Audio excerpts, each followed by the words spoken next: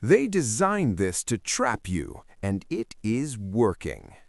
There is a button sitting on almost every checkout page in America right now. It looks innocent. It's friendly. It says something like, "Pay in 4 easy installments," or "Split this into 6 payments, 0 interest."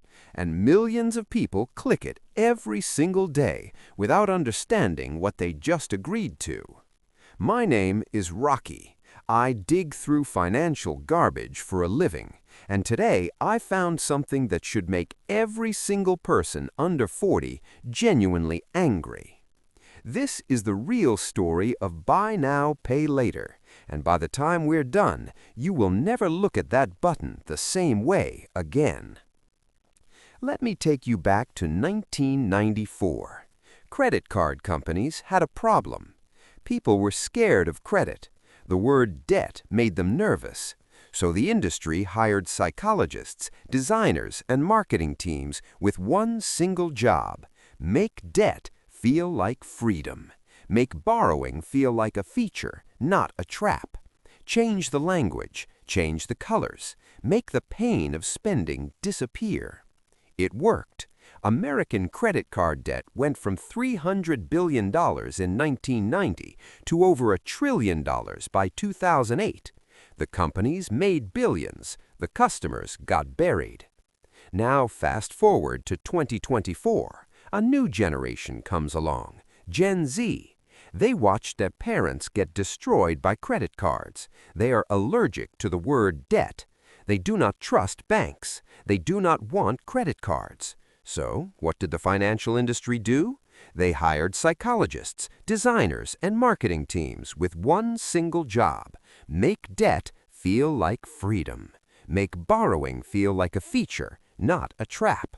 Change the language, change the colors, make the pain of spending disappear. It worked, and it worked again. Here's how the machine actually works, because nobody explains this part. When you click that button, a company like Klarna, Afterpay, or Affirm steps in and pays the merchant the full price of your item immediately. The merchant gets paid right now. They love this. And in exchange, the merchant pays the BNPL company a fee, usually somewhere between 2 and 8% of your purchase, every single time. That's revenue stream number 1. The merchant pays to have you spend money you do not have. Revenue stream number 2 is late fees and interest. Wait, you said 0 interest. Yes, the standard 4 payments over 6 weeks is often 0 interest, but miss one payment and fees appear fast.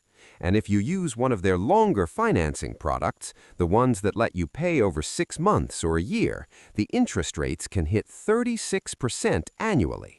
That's worse than most credit cards. They just dressed it up differently so you wouldn't notice. Revenue stream number 3 is your data.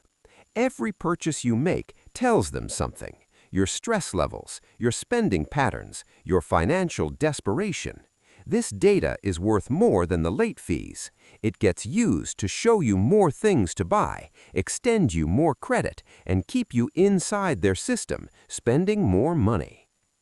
Now here's the part that made me genuinely angry when I dug into this. The companies know exactly who they're targeting. A 2024 study found that the fastest growing segment of buy now, pay later users is Gen Z, people between 18 and 27, and they're not using it for luxury items.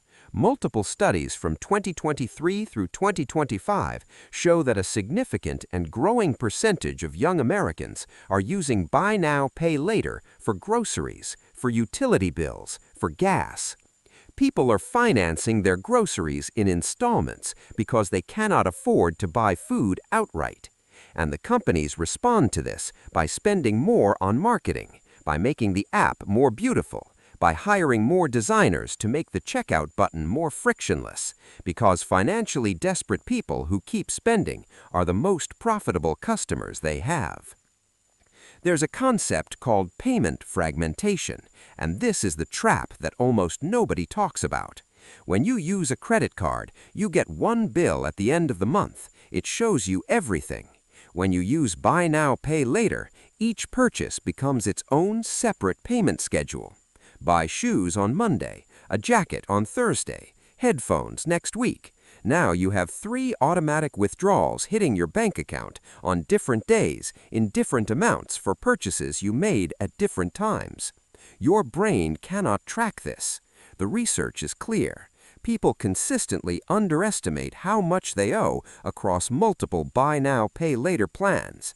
They forget payments until they hit, and when they hit at the wrong moment, when your account is lower than expected, you get overdraft fees from your bank on top of whatever fees the BNPL company charges.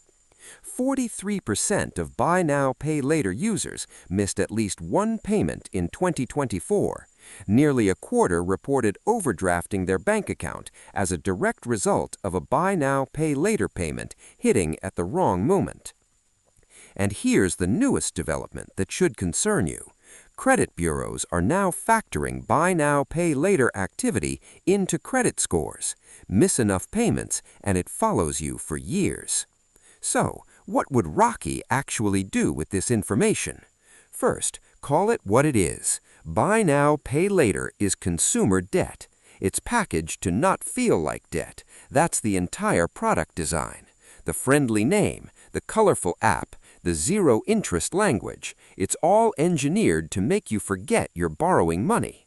Second, if you use it at all, use it only for large planned purchases where the money to cover every payment is already sitting in your account before you click. Not for groceries, not for impulse buys, only for purchases where the installment plan is genuinely convenient rather than necessary. Third, track every active plan you have open, write it down, know exactly what automatic withdrawals are coming and when. The companies are specifically counting on you not doing this. Here's the bottom line. The same playbook that buried the previous generation in credit card debt has been relaunched with a better app and a friendlier name. The mechanics are identical. The profits flow in the same direction. The only thing that changed is the packaging. They designed this to make you feel like it was working for you. That's the most expensive feeling in finance.